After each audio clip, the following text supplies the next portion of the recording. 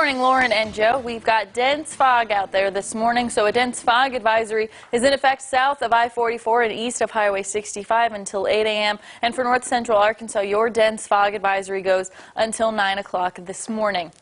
We've got some visibility issues down in Mountain Home, down in Branson. We're looking at less than 3 miles in both of those places, at about 8-mile visibility in Rolla. Here in Springfield, things look clear. It's 42 right now in Springfield, 37 in Branson, 42 in Ava, 36 up in Fort Leonard Wood. We're about 5 to 10 to almost 20 degrees warmer than we were at this time yesterday. We've got a foggy start with temperatures in the 40s. By this afternoon, we'll be looking at mostly cloudy skies and temperatures in the lower 50s. So as the kids head out to the bus stop, they'll need their jackets. Temperatures will be in the lower 40s. They will probably still need their jackets by this afternoon, but it'll be more mild than it was yesterday with temperatures in the 50s. We'll stay dry despite the mostly cloudy skies. We'll stay mostly cloudy overnight tonight.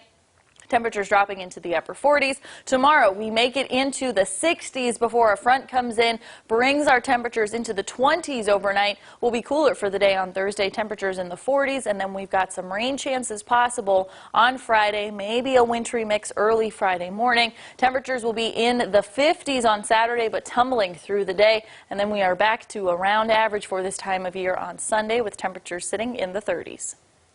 Today's top story covers education. As a new semester has started up at Missouri State, Color 10's Nyjah McDonald visited MSU for an update on its Bear Power program. The program provides educational opportunities for students with intellectual disabilities. Nyjah, good morning. Well, good morning, Lauren and Joe. I met a student who's starting her third semester at Missouri State thanks to Bear Power. She says this is a milestone she never imagined she could reach. Now, Miranda Terrell is now in her third semester. Terrell says she has plans to become a preschool teacher once she graduates. She tells me she was nervous to start school, but has since then transitioned into your typical college student. Terrell says she encourages all students like herself to never give up on their dreams. It's really nice. They don't single me out saying, oh, this is a girl who has learning disabilities, who needs help and stuff. And so they just sit there and say, oh, she's a regular student doing schoolwork. Well, Bear Power is a 2-year, 5-semester inclusive college program. The program's 4 pillars are academic, social, independent living, and job readiness. Thank you, Nyjah. And you're right to know now, Springfield City Council voted to approve an additional $1.4 million for construction of a liner system at the landfill. We spoke with the superintendent of solid waste to figure out what goes into this. It's something that's done 3 to 5 years because they build in sections, and when each section gets full with waste, a new one with a new liner is made. It's all compacted clay, thick layers of plastic, and a drainage layer. Eric Roberts says that layer is what allows them to take water and liquid that flows to the bottom of the landfill to get treated and then released as clean water. Our mission here is to provide environmental and economically disposal waste management for the Springfield and the region, so it protects the groundwater, surface water, and air from anything that might be in the landfill, allows us to collect the things that are in the landfill, make sure they are treated and properly taken care of before they're released back into the environment. There won't be any new taxes as a result of the vote. The construction will actually be paid for by the Enterprise Fund and Solid Waste Program. After another win for the Kansas City Chiefs and one step closer to the Super Bowl, more and more fans are wanting to go to these games. But before you buy your tickets, you need to make sure they are legitimate. An investigator at the Better Business Bureau says buying them directly from the venue is the best choice, plus making sure there is a refund option if for any reason you need your money back. Always use a credit card, and most importantly, don't feel desperate. It's the first thing, because the scammers are going to play on that. They're going to think you're going to go for something that you haven't thought through completely. So don't feel the need to buy at that particular moment if you haven't done your research. Now, if the tickets are sold out and you have to get them from a secondary source, the best thing to do is have the seller meet you at the venue and have a ticket counter clerk check to make sure they are real. And around the region, 2 officers responsible for shooting and killing the gunman who killed Officer Stephen Carr are cleared for duty now. Corporal Shay Floyd and Officer Natalie Usey were on paid administrative leave pending an internal investigation. The 2 shot 35-year-old London Phillips, that's the man Fayetteville police say shot and killed Officer Carr in the back parking lot of the police department last month.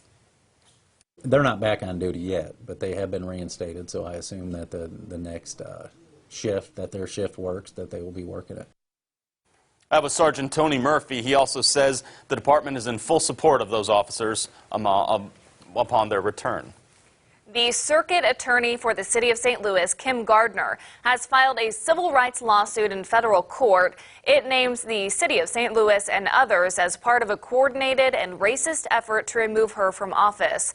In the lawsuit, Gardner claims the defendants violated the Ku Klux Klan Act and other laws designed to promote racial justice.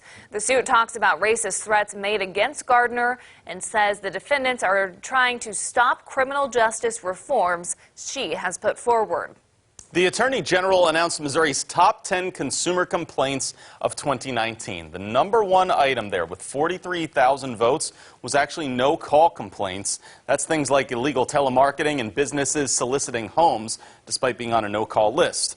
Also there, financial, auto, and real estate disputes, healthcare billing, and identity theft also made the cut, of course. Plus, 1,000 complaints exist about timeshare companies.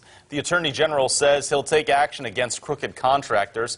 Go over to ozarksfirst.com for a full look at that list. In more local news, an infamous area in Taney County may become more accessible for the public. Just off J Highway south of Kirbyville is a place called Murder Rocks. It's where a legendary bald knobber named Alf Bolin would hide to steal from and murder people passing by during the Civil War era. The Murder Rocks are on private property, but the property owner, Russell Jackson, is talking to county leaders about ways to showcase this dark piece of local history. We never really glorified it because there was people that lost their lives there, you know. But it is part of history, so we'd like to get it out where people could look at it. Jackson said he would lease 7 acres of land to the county for a park if the county would create an access, a parking area, and a trail leading up to the rocks. County leaders say they are considering it. In a traffic alert for you now, a portion of the I-44 North Outer Road in Mount Vernon will be closed today and much of tomorrow. Crews will be repairing the pavement around the intersection of the Outer Road and Route 174. Crews expect to be done by 3 p.m. tomorrow. Drivers will have to find an alternate route. We take a look at what's trending at this time every Daybreak, and boy, it's a lot of football talk. A lot of football. LSU, right? There it is. You see right there, LSU. Taking down Clemson, going 15-0 to win the national title, 42-25. Quite a game, guys. They are fun to watch. That is their third ever. Okay. Joe Burrow, the quarterback, who you see right there, threw for 5 touchdowns, and I'm pretty sure Patrick Mahomes did that same thing on Sunday. Yeah.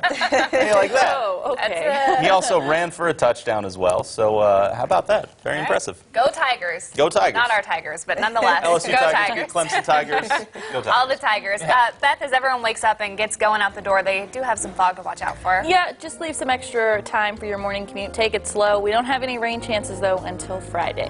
All right, thanks for waking up with us on this Tuesday morning. We'll see you back here at midday.